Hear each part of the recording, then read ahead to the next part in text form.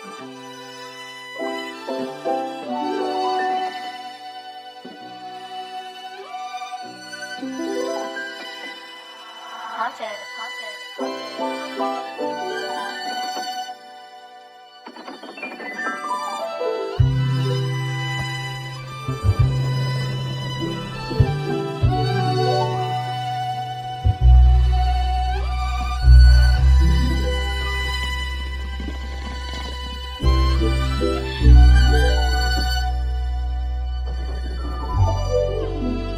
อโทษทีขอนะบอดี้บ่คือหมอนั่นที่มันน่ะหังนี่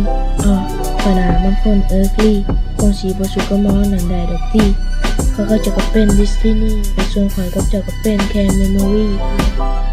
จะเหลือคนที่เขามีสีเขาก็มาเพื่อนแต่เขาก็มาพี่ขอขอบใจเรื่องต่างๆที่ผ่านมาจะเป็นคนบ้าละกะคนบอกลา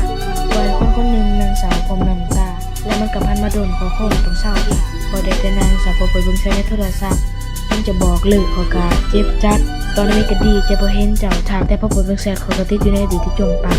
มีเด็กคนหนึ่งเขานางบ่มีหมู่เขาก็โคตรเศร้าแล้วก็โคตรหดหู่และก็บ่มีคนมายืนเคียงคู่มันก็คงบ่มีจุดให้เพิ่นได้ยืนอยู่เพิ่นนั่งอยู่ในห้องนั่งเบิ่งเป็ดเพิ่นก็ถูกหลอกเป็นครั้งที่7ที่จู่อยู่ข้างโต๊ะก็จับมาเช็ดแต่เพิ่นก็ยังบ่ทราบบ่ทันคิด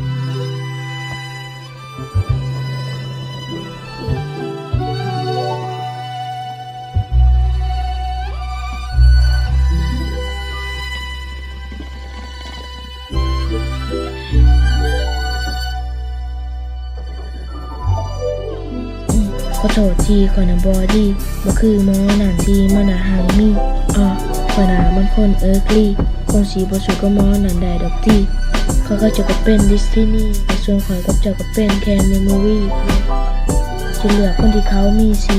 เขาก็มาเพื่อนแต่เขาก็มาพี่